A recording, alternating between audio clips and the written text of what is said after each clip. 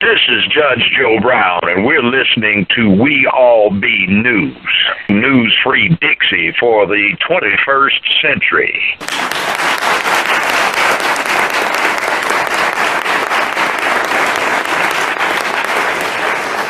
And now I have the honor to present to you a friend, a colleague, may I say a brother, in the fight of the last 6 years. Your Attorney General, Eric Holder.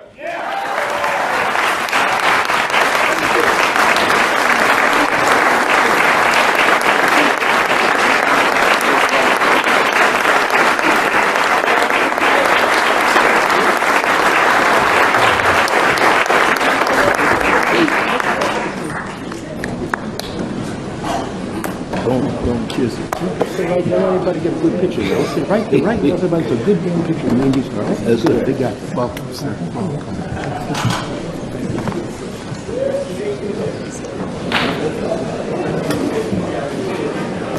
Well, good morning. Good morning. I want to thank you all for that kind introduction. And Sean, there's some other stories he could have told, so I want to thank you for being brief there. It is a pleasure to be here on this important day. And it is a privilege to join so many committed public servants, civil rights pioneers, and passionate citizens as we commemorate the 50th anniversary of Bloody Sunday. And as we rededicate ourselves to the ongoing fight for civil rights and social justice. Now, it's a special and humbling honor to speak at this historic chapel, where 50 years ago, men and women of good conscience and of strong will met to advance a cause that was written into our founding documents and etched into our highest ideals. Within these walls, they spoke of equality, of opportunity, of justice. And they also spoke of promises unkept. They made brave and perilous plans to realize a dream that had been too long deferred. And they joined together as one community to advance the promise of a nation and to make that promise real. They did this at a time of great and abiding uncertainty, of deep and dangerous threats. In the years prior, freedom riders testing anti-segregation laws had been attacked by angry mobs. Vivian Malone, who would later become my sister-in-law, had braved Governor George Wallace's stand in the schoolhouse door to integrate the University of Alabama, this state's university. Medgar Evers had been murdered outside his home. And 4 young girls, Addie Mae Collins, Cynthia Wesley, Carol Robertson, and Denise McNair, 4 little angels, had been killed by the blast of a bomb at the 16th Street Baptist Church, less than 100 miles north of here, while attending a service titled, "The Love That Forgives." The love that forgives. And these contemporary atrocities rested upon the fate of countless and unnamed others who had for centuries been subjected to a state-sponsored regime of intimidation and terror. Now, although the Supreme Court had struck down segregation laws more than a decade earlier, innumerable communities continue to enforce laws that kept African Americans entirely separate and emphatically unequal. Now, make no mistake, the decision that was made here to move forward was the height of bravery. Nowhere was this discrimination more insidious than in the barriers African Americans face when attempting to cast a ballot. Literary tests imposed at the discretion of white officials kept many black individuals from registering to vote. Poll taxes, paying to get the necessary documents to vote. Paying to get the necessary documents to vote. Paying to get the necessary documents to vote. Paying to get the necessary documents to vote were levied against those who attempted to do so. And lists of African Americans who overcame obstacles to registration were made public so that some white citizens could identify, intimidate, and often violently suppress black voters. Now, although the Civil Rights Act of 1964 had given African American men and women historic protections, without adequate political representation and without real political power, people of color continue to be marginalized, stigmatized, brutalized, and denied their very humanity. It was under those circumstances that civil rights leaders, courageous advocates, and so-called ordinary citizens who were anything but ordinary, who were sick and tired of being sick and tired, they gathered here in Selma, a town where only 2% of African Americans were registered to vote, in a county in which racist practices were enforced by a notoriously brutal sheriff, now consigned to the place where all of his kind, from whatever era, ultimately end, and in a state where the governor had called for segregation forever. Spurred by the murder of Jimmy Lee Jackson, an unarmed young black man. An unarmed young black man.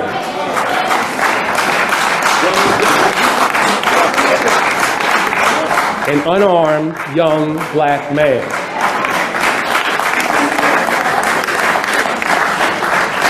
An earlier movement began, and citizens began a march from Selma to Montgomery, across a bridge that was named for a former Alabama senator, Confederate general, and Grand Wizard in the Ku Klux Klan.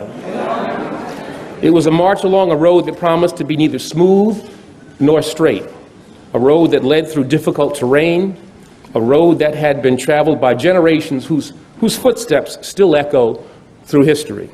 They marched through the abandonment of Reconstruction, marched through the injustice of Plessy versus Ferguson, marched through the era of slavery by another name, and the dark days of Jim Crow, marched past, but they always saw, peculiar institutions and that strange, horrific fruit. They were met with suspicion, with hostility, and with hatred, and still they marched on. Though their feet were tired, their souls were rested. Though their bodies ached, their will was strong.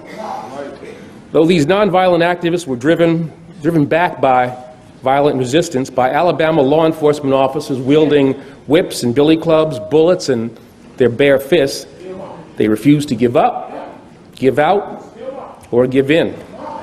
Still, they marched on. And with the relentless drumbeat of their footsteps, they awoke the conscience of this nation. And they bent the arc of the moral universe a little further towards justice. Their courage and their sacrifice led a dubious Congress and a great president to work with my predecessor, Attorney General Nicholas Katzenbach, to enshrine into law the Voting Rights Act of 1965.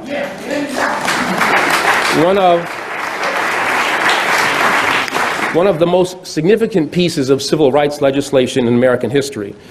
And over the last 6 years, as Attorney General of the United States, I have had the duty and the privilege, but also the responsibility and the sacred honor of enforcing and defending this law and the legacy of all those who made it and who made me possible. I am proud to say that the Department of Justice that I lead has aggressively worked to safeguard the right to vote and to extend its promise to every eligible voter. And yet, it has been clear in recent years that fair and free access to the franchise is still in some areas under siege. Shortly after the historic election of President Obama in 2008, numerous states and jurisdictions attempted to impose rules and laws that had the effect of restricting Americans' opportunities to vote, particularly and disproportionately communities of color. And in 2013, a narrowly divided and a profoundly flawed Supreme Court ruling undermined Section 5 of the Voting Rights Act and dealt a serious blow to a cornerstone of American civil rights law.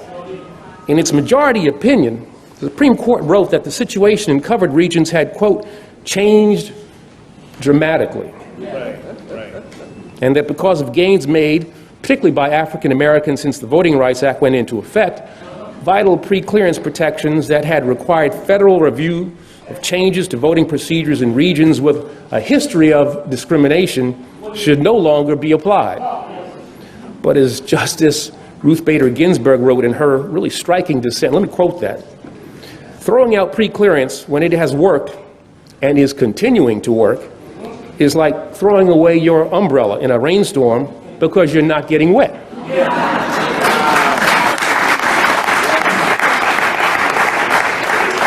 Now, let me be very clear. While the court's decision removed one of the Justice Department's most effective tools, we remain undaunted and undeterred in our pursuit of a meaningful right to vote for every eligible American. Since the court's ruling, we have used the remaining provisions of the Voting Rights Act to fight back against voting restrictions in states throughout the country, and we've won. We won under the old act, we won under the new act. If you come up with another one, we'll win again.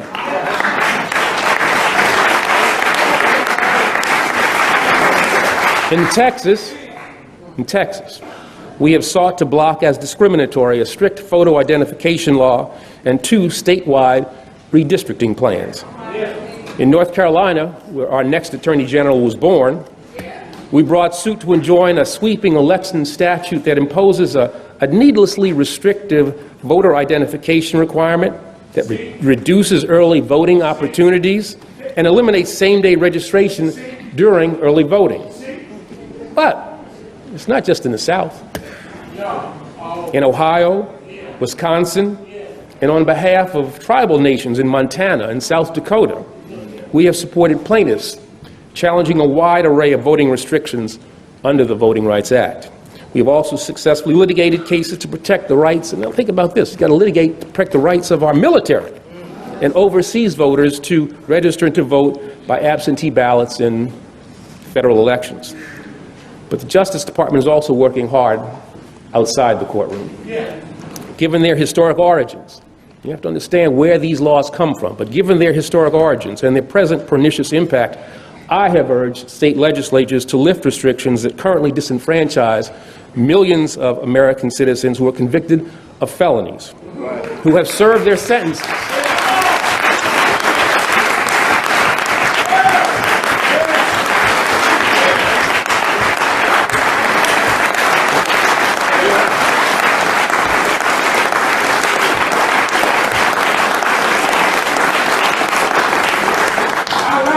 Who have served their sentences, repaid their debt to society, in order to help them rejoin their communities and reclaim their futures.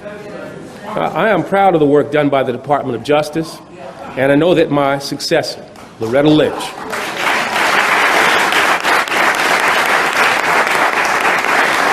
joined by a great Deputy Attorney General, Sally Yates. Stand up, Sally.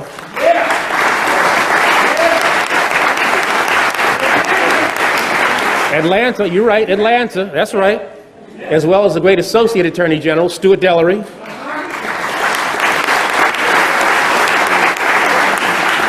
That they will continue to fight aggressively on behalf of this sacred right. But I also recognize that the Justice Department cannot wage this fight alone. For more than 2 centuries, this nation has been built and improved both by and for the people.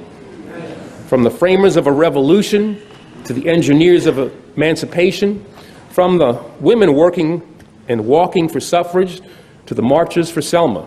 Generation after generation, our slow and arduous progress has always been of our own making. And today this progress is entrusted to each of us. To men and women of principle who believe that in an equal America, everyone can shape the future of the nation.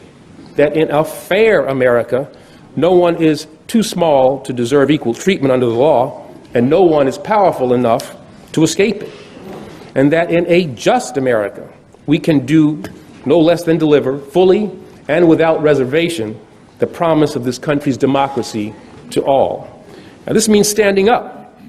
This means speaking out for the civil rights to which everyone in this country is entitled. It means calling attention to persistent disparities and inequities. And it means working tirelessly to safeguard and to exercise the right to vote.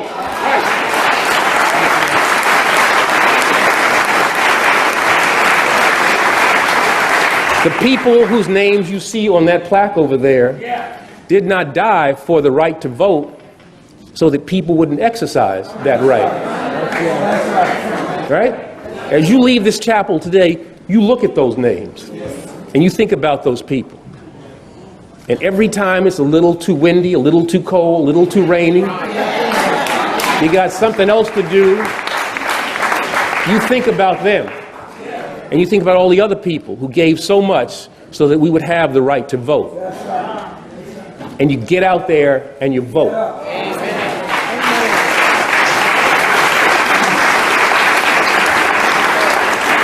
At the conclusion of the final march to Montgomery on the steps of the Alabama state capitol, Dr. King called for a society at peace with itself. Well, we have made once unimaginable progress in the half century since he spoke those words. And the failure to acknowledge that is an insult to those who we must always honor and hold in our hearts. The fact that I stand here today, 50 years after heroes like Reverend Hosea Williams, Amelia Boynton, and Congressman John Lewis were beaten by Alabama state troopers, as I stand today as the 82nd and first African American Attorney General of the United States, serving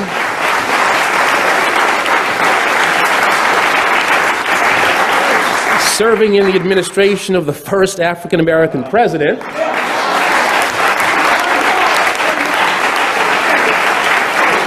to be succeeded by the first African American woman as Attorney General.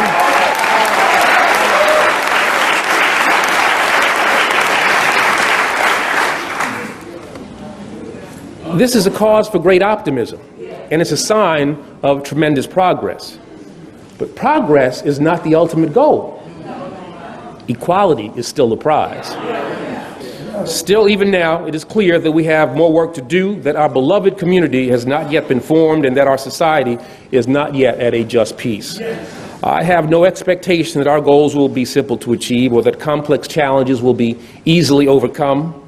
I know that our road will be long and that many obstacles will stand in our way. But I have no doubt that if we stand together, if we walk together, if we believe, as we always have, in the power of our ideals and the force of our shared community, not only our cause, but our country shall overcome.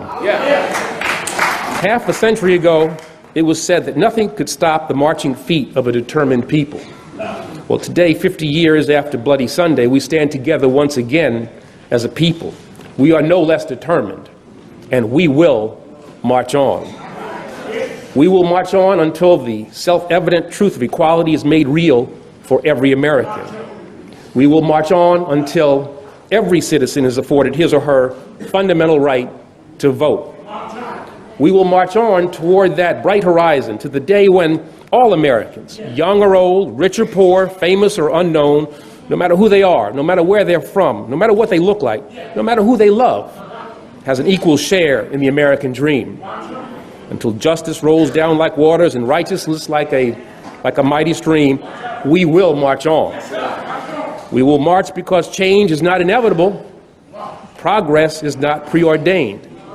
Our history teaches us that hard work and perseverance, in spite of the inevitable setbacks, are the only methods to obtain that to which we are all entitled.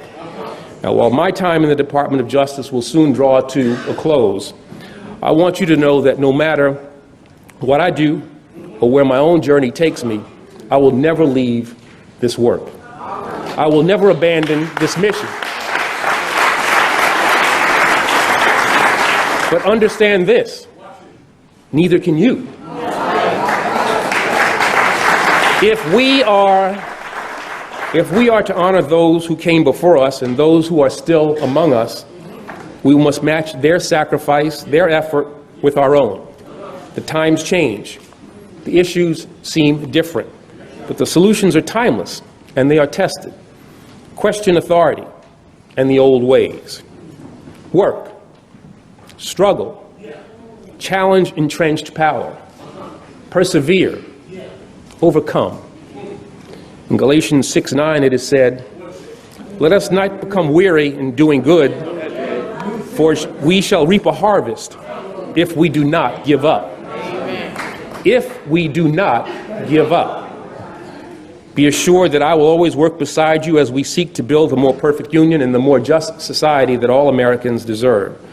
Thank you once again for your steadfast support, for your passionate engagement, and for your unwavering devotion to this country and this cause. As we join together, as we forge ahead, and as our people before, as we march on.